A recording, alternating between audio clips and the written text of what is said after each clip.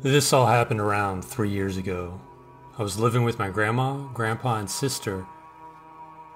Their house was surrounded by trees with only a few neighboring houses. One of these neighbors had passed away and left their house abandoned.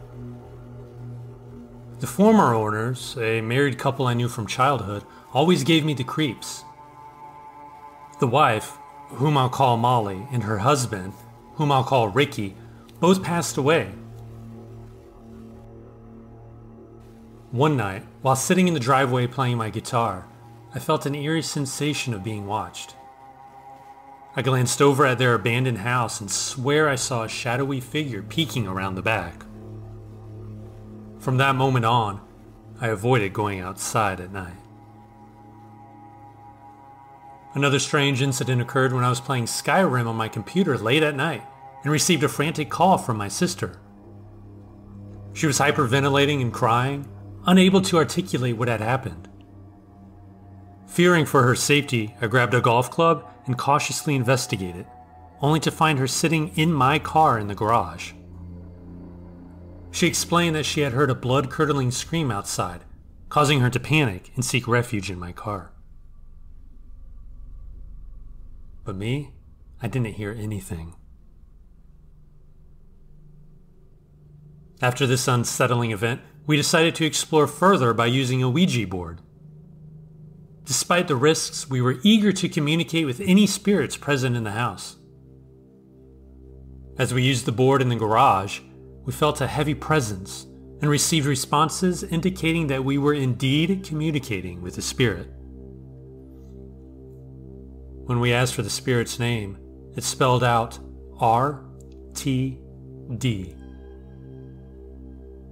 I later discovered that this matched the initials of Ricky, the deceased neighbor.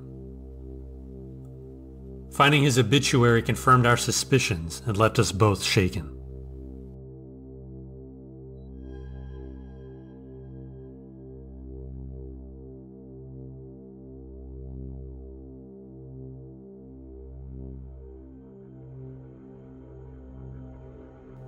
When I was 10 years old, I witnessed something that still baffles me 6 years later. I was outside playing with my friends Nate and Donnie, enjoying our time together in our neighborhood. It's important to note that the area where I live has only one entrance and exit, meaning any vehicles entering must pass through this point. On this particular day, as we were walking, we saw an old-fashioned, completely white, double-decker bus driving down the road. We stopped in confusion because it seemed impossible for the bus to be there without entering through the entrance, which it didn't. Inside the bus, there were two individuals. The driver, a man dressed in 1920s style clothing, had snow-colored hair and pale, almost translucent skin. The most intriguing person, however, was a woman who resembled the driver in her complete whiteness. She was a passenger in the bus, and she waved at us. Despite the strangeness of the situation, they didn't seem threatening. Rather, they exuded warmth and benevolence. The whole encounter lasted only 5 seconds, but it left a lasting impression on me. As the bus passed by, it didn't fade away or drive off. It simply vanished into thin air. I couldn't explain it then, and I still can't now. I kept this experience to myself until recently, when I shared it with my mother. Unlike me, she believes in the supernatural. She recounted having a dream around the same time about her late mother, who passed away just before I was born. In the dream, her mother said she had to catch a bus. While I'm skeptical about the connection, I can't deny that what I saw that day was anything but normal.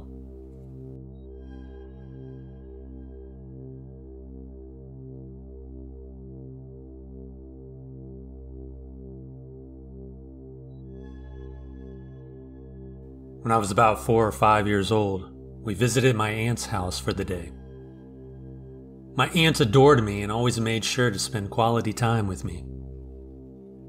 Their house was separate from others and had a children's park nearby, which my aunt often took me to during the day. That night, as I slept beside my mother, my aunt quietly woke me up and led me by the hand to the park next to the house. It was late, perhaps around 3 a.m. She pushed me on the swing without saying a word. Despite my young age, something felt off. My usually lively aunt was silent and wore an expressionless face as she swung me. Afterwards, she silently guided me back to bed beside my mother. As a young child, I didn't question the strangeness of the situation too much. However, years later, I vividly remembered the event and knew it was no dream. When I asked my family about it, they insisted that it couldn't have been my aunt. Some suggested it might have been a jinn, a supernatural being that had taken a liking to me. While I'm uncertain about the jinn explanation, I can say with certainty that it was not my aunt. She wasn't prone to sleepwalking, and her behavior that night was unlike her usual self. Though tales of jinn are common in our area, I've never heard of one showing affection toward children. Perhaps it was not a jinn, but some other mysterious entity. Regardless, the experience remains a puzzle to me to this day.